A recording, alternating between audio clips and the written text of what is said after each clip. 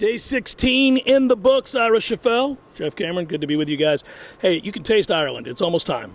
It's almost time. You could taste Ira, and I was like, settle down here, That'd Jeff. be weird. I love you. What an entrance. What a start to the video for practice 16. But you can taste Ireland. Yeah, right, I'm ready man. to go, Close. man. We're ready to. I think we've seen what we need to see. The people want to know more.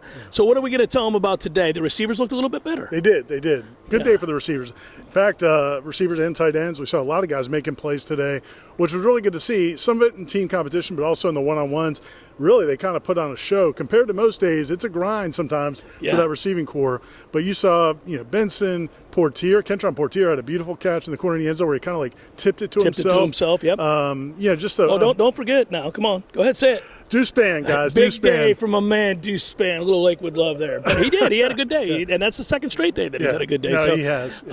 McCoy, again, listen, this any kind of reprieve for the receivers where they can, where we can celebrate say, it. you got to celebrate it because that's how good this secondary is. Yeah.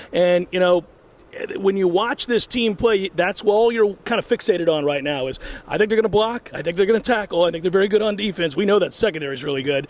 Can they find some guys to emerge at wide receiver? So a day like this has to be celebrated. And it didn't start off great. The very first, they do a 3-minute, period 3, they do kind of like a 2-minute drill. And the very first play, DJ basically has to eat it, and I go back, watch the replay, and it's because there's nobody open. It's not like DJ didn't process it quick enough. There literally is 3 or 4 wide receivers out in routes, and they're all blanketed. And that's how it's been at times. I mean, sometimes it's just there's nowhere to go with the ball. This secondary is really good. We actually talked to Patrick Surtain today, Florida State's DB's coach, and he's excited about this group. He mentioned 15 guys. He said he had 15 guys he feels like he can put out there on the field, and that's extraordinary. That's not normal. I almost followed up with, are we sure about 15? It might be 15 is a big number, Ira. I was like, do we even have 15 defensive backs? But listen, all of them can play is his point.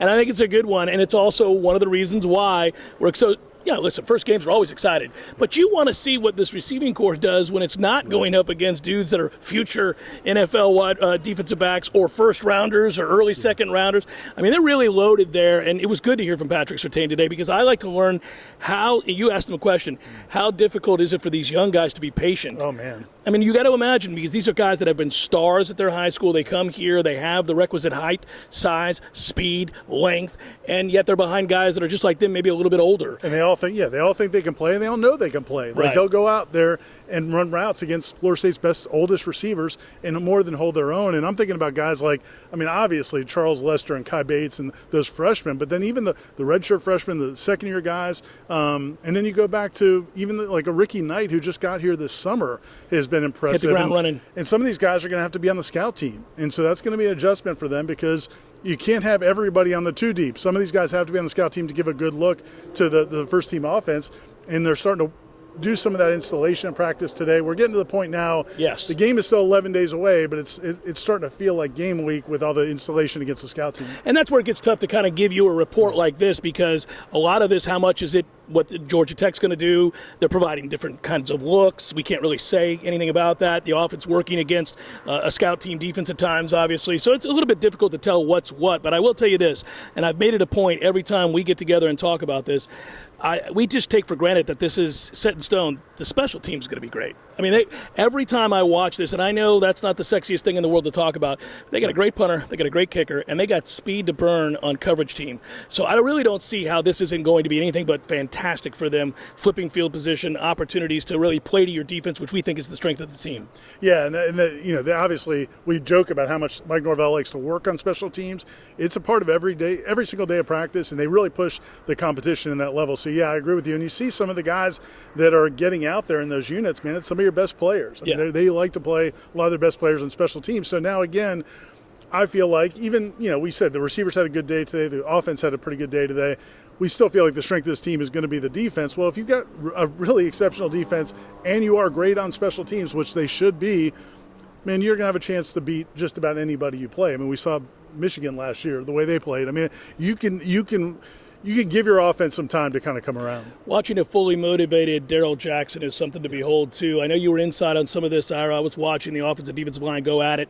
And when Darrell is healthy, right, and engaged and focused, I really don't know that there are going to be too many offensive linemen in the country that are going to want to go up against that. I mean, even really talented guys are struggling to block this guy. Yeah, there were a couple. I watched some of the one-on-ones when they came inside, Wow. and it's Maurice Smith against Darrell Jackson. And Maurice Smith's a fifth-year senior. And that's good on good. Started a ton of games. Yeah, you can't get much better than that. It's an all-conference caliber center against an all-conference, maybe all-America caliber defensive tackle.